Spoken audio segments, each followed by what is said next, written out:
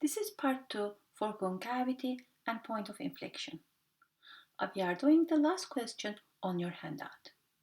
Let's look at this face first. I divided it into 4 pieces.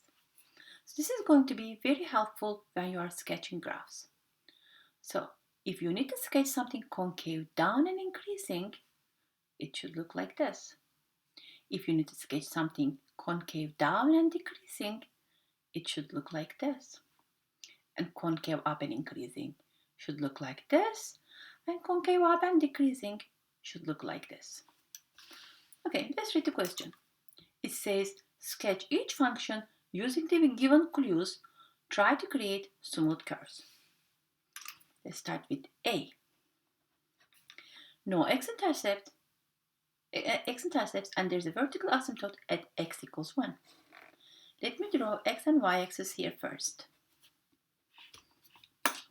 And I'm going to draw the vertical asymptote at x equals 1. Now let's use the other information. It says first derivative is positive when x is less than 1. Means original is increasing when x is less than 1. So I need to draw something here without touching the x-axis, and it should be increasing. So this would be the only way I can draw it, because if I try to draw it here, that would be decreasing graph. So let's look at the last information. Second derivative is negative when x is greater than 1. So see, if second derivative is negative, then original is concave down. So again, I need to draw something here without touching the x-axis, and it should be concave down. So this would be the only way of doing it. Okay, let's look at part B now. It says there's a local minimum point at 2 and negative 4. So let me draw x and y axis here again. I'm going to put point 2 and negative 4. Then it says f of x is increasing and concave down when x is greater than 3. F of x is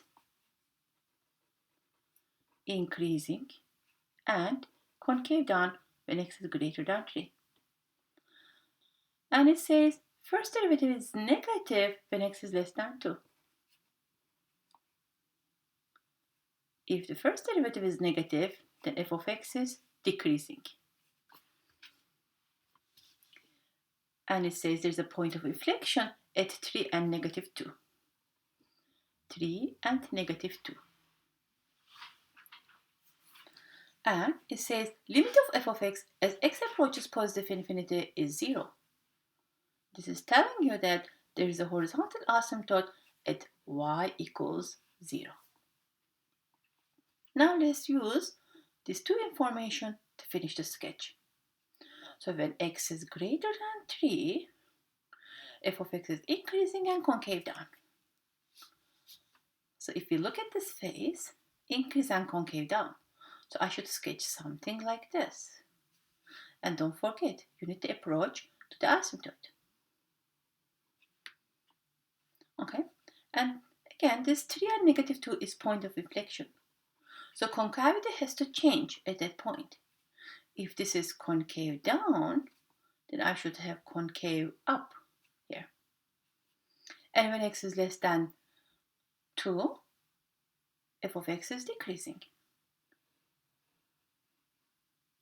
Let's draw something decreasing. Okay, so it is finished. Let's look at now part C.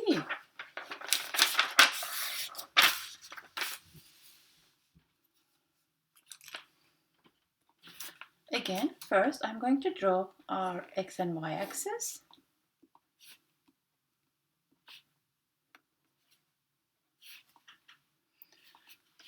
They are giving us a point, 2 and 5.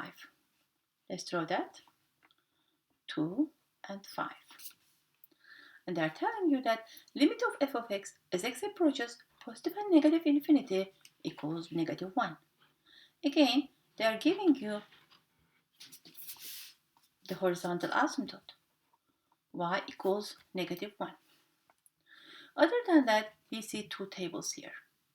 When you look at it, actually the first one is for first derivative test, and second one is for the second derivative test. If we have two different tables, it is really hard to work and apply that information on the graph. So the easiest way is putting those tables together. And that's what I will do here. I'm going to use all the x values from the first table and the second table. So we have 2, -3, and 4. Put them in order from smallest to largest. -3, 2, and 4.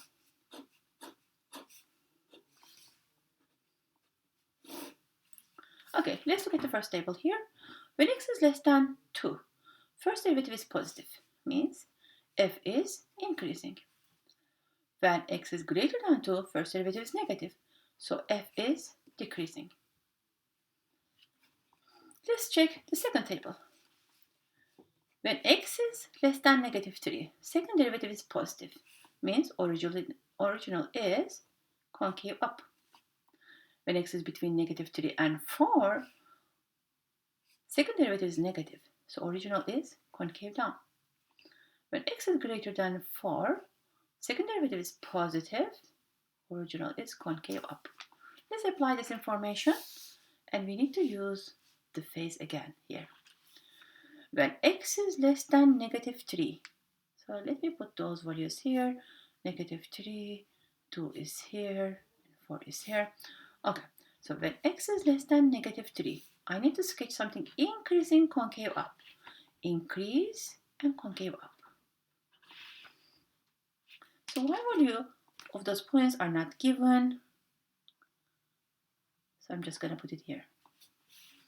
Between -3 and 2, -3 and 2, I need to sketch something increasing and concave down. Increase and concave down, it should look like this.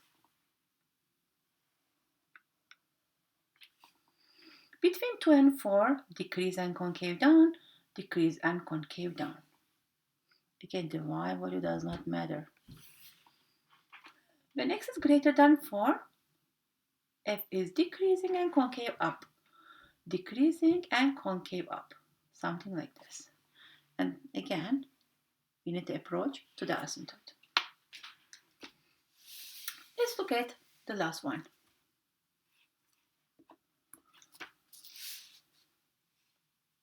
The first information we get is limit of f of x as x approaches positive infinity is 5. So this is giving you the horizontal asymptote. So I'm going to draw again my x and y axis. And there's a horizontal asymptote at y equals 5.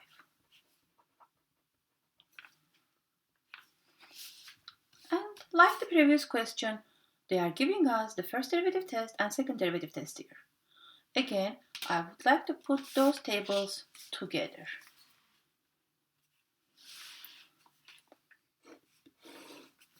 So look at those x values. There's -3, -1, +1, and +4.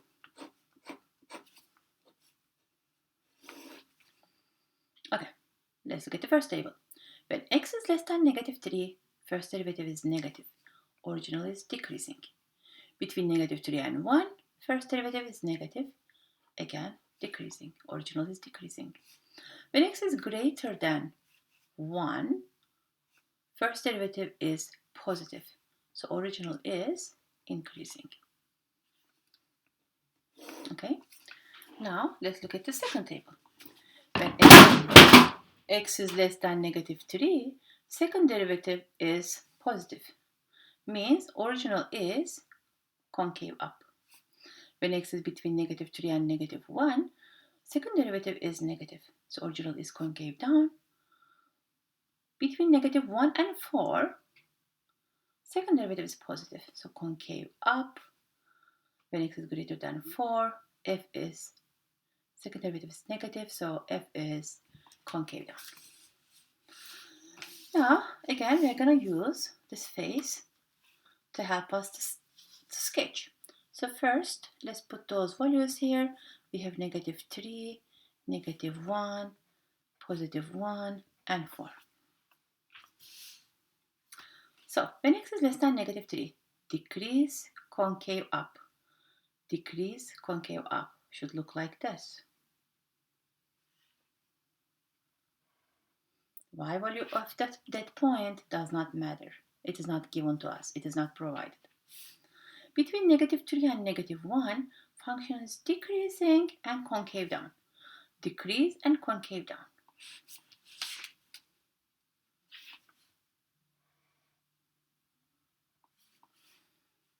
Between -1 and +1, decrease and concave up.